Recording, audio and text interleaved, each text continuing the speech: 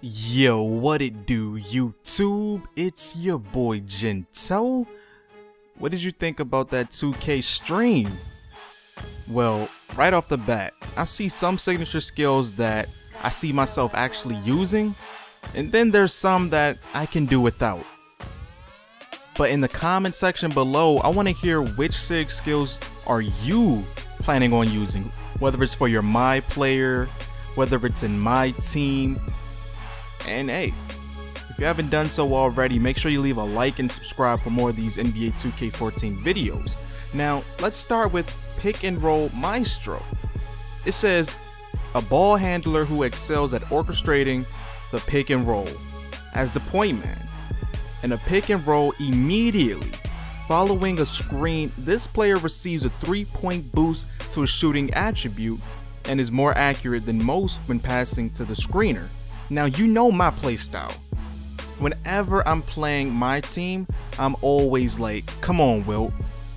Setting the screen with Wilt, you know, I'm always trying to use my bigs to set screens. I'm always calling for a pick, mainly because that benefit you get when you do so, and that benefit being creating space. So in NBA 2K14, when you create space by setting a pick and roll, not only do you have a better chance of making your shot, just like shot creator, but it has that dimer element in it also. So it's a win-win situation. If I call for a pick or call for a screen, next thing you know, once I create some space or I see my man cutting down the lane, no traffic, I get a +3 attribute boost.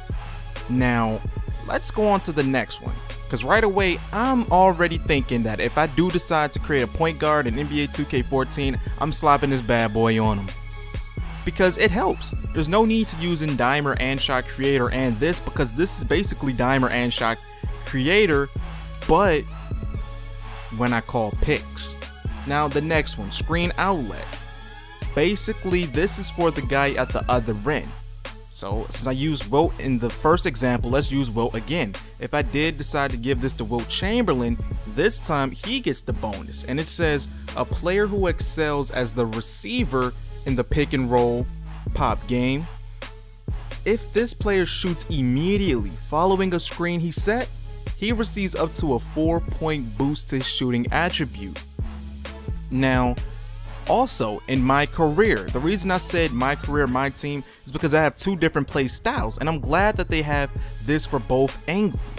In my career, I'm the one that sets the screens. I'm the one that sets the pick to create space and to dismantle the defense. So if I decided to give this to my player, Mark Alexander, then I would get the bonus in shooting. So once I disrupt the defense, have that guy looking lost, I got enough space for me, and I'm going to drain the shot with that +4 attribute. So it's +4 for the guy that receives it, and then it's +3 if I'm the one who calls for it. Now let's go on to the next signature skill, Flashy Passer. Remember when I said this should be a signature skill by itself because of how accurate it is? Now take a look at this. This player is known for accurate flashy passes. When throwing a flashy pass, the penalty enforced will be reduced by up to 60%. Now I'm assuming that this is maybe Flashy Passer level 3. So if you give this to somebody, he's going to be doing all types of flashy passes all over the court. Because when I played it, remember I said that the penalty was already low, so if you slap this on, he's going to do all types of ridiculousness. Tenacious Rebounder is next. This player is known for his relentlessness when going for rebounds. During rebound situations, he receives up to 50% increase in winning box out battles and poking balls loose on rebounds. So this is basically the second part of Scrapper. So instead of the extra part of Scrapper, they basically separated both. So it makes sense, because let's say 2K13, my career, a lot of people slapped on Scrapper because of the reaction delay. So this is basically what you need. Next is Pick Dodger. Now this is another one that I see myself using, mainly because Blacktop. And you know how on the blacktop some people would cheese with brick wall? This pretty much counters all that. It says a player that does not get caught up on screens very easily. He counters the brick wall signature skill, and when hitting a screen set by a regular player, the screen often fails to be effective. That way, I don't have to worry about getting dismantled when someone calls for a pick and roll, because I have a gut feeling a lot of people in 2K14 are going to make sure they use those pick and rolls. Next is one man fast break. We actually seen this in both trailers. One was the next gen trailer. Well, actually, let me get to that later. A player known for his ability to take the ball coast to coast on a fast break. Speed, quickness, and ball handling attributes are boosted 6 points if this player takes the ball from one end of the court to another on a fast break following a change of possession.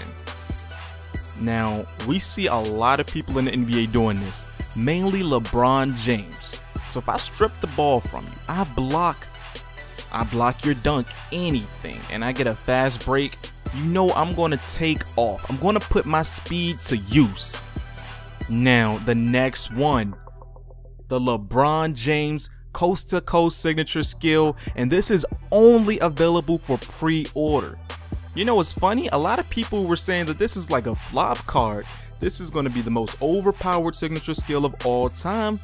But this is just like what they did to the Tenacious Rebounder or one of the pick and roll signature skills, because this is basically like one man fast break and finisher combined. It says takes the ball coast to coast and finishes through contact.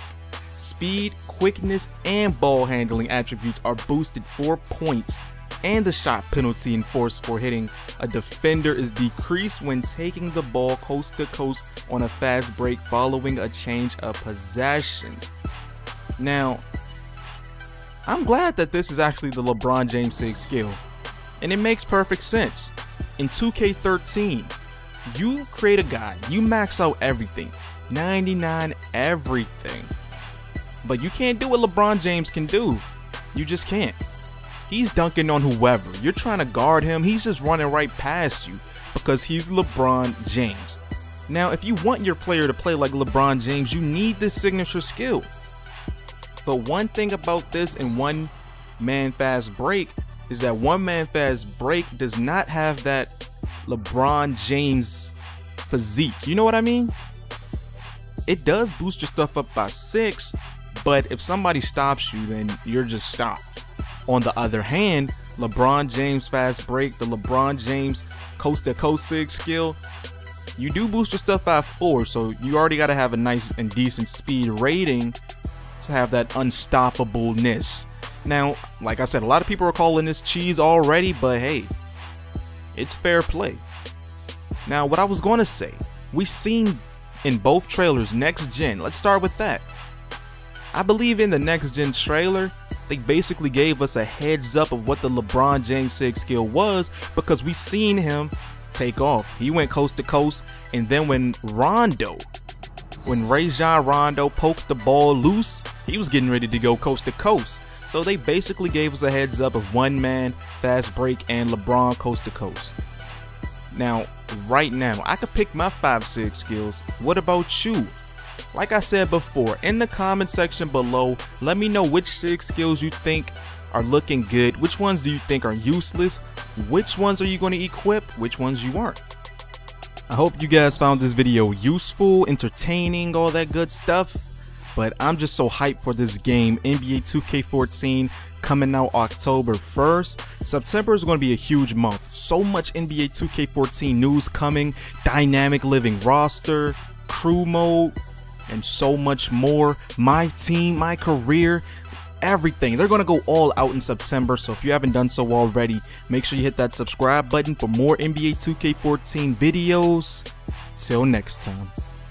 Not only should you leave a like and subscribe for more new videos, but you should also follow me on Twitter. There's no reason not to.